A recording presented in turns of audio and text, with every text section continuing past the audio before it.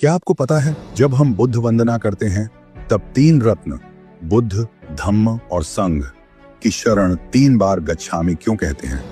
इस परंपरा की जड़ एक प्राचीन घटना में मिलती है। एक समय भगवान बुद्ध नालंदा के पावारिक आम्रवन में विहार कर रहे थे। उसी समय निर्ग्रंथ नाटपुत्र भी अपने समुदाय के साथ उसी नगर में ठहरे थे। एक दिन एक निर्ग्रंथ दीर्घतपस्वी तथागत के पास आया। उसने बताया कि निर्ग्रंथ नाटपुत्र पाप कर्म का नहीं, केवल दंड का विधान बताते हैं और 3 दंडों में काय दंड को सबसे दोषयुक्त मानते हैं।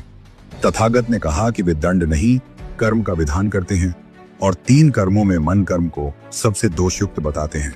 जब यह बात निर्ग्रंथ नाटपुत्र को पता चली तो उन्होंने विवाद के लिए अपने शिष्य उपाली गृहपति को भेजा। लेकिन तथागत की देशना सुनकर उपाली इतना प्रभावित हुआ कि उसने उसी क्षण 3 रत्नों की शरण की प्रार्थना की। तथागत ने कहा, गृहपति, सोच समझ कर करो। यह सुनकर उपाली और गहराई से प्रभावित हुआ। उसने दूसरी बार शरण की प्रार्थना की। तथागत ने फिर कहा, लंबे समय से तुम्हारा कुल निर्ग्रंथों के लिए अन्न जल का आधार रहा है। यह मत समझना कि अब उन्हें पिंड नहीं देना चाहिए। उपाली का विश्वास और दृढ़ हो गया।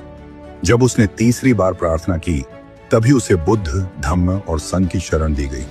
वहीं से यह परंपरा स्थापित हुई कि शरण सोचकर, समझकर और दृढ़ निश्चय से ली जाती है।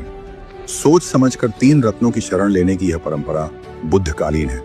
इसीलिए आज भी बुद्ध वंदना में 3 रत्नों की शरण 3 बार ली जाती है।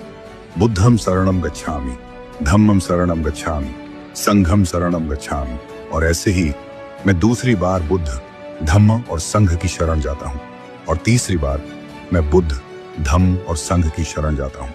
तो अब अगर कोई आपसे पूछे 3 रत्नों की शरण 3 बार क्यों ली जाती है, तो आप शांत मन से बस इतना कह सकते हैं, क्योंकि शरण कोई शब्द नहीं, यह एक समझ है, एक जांच है और एक दृढ़ निर्णय है।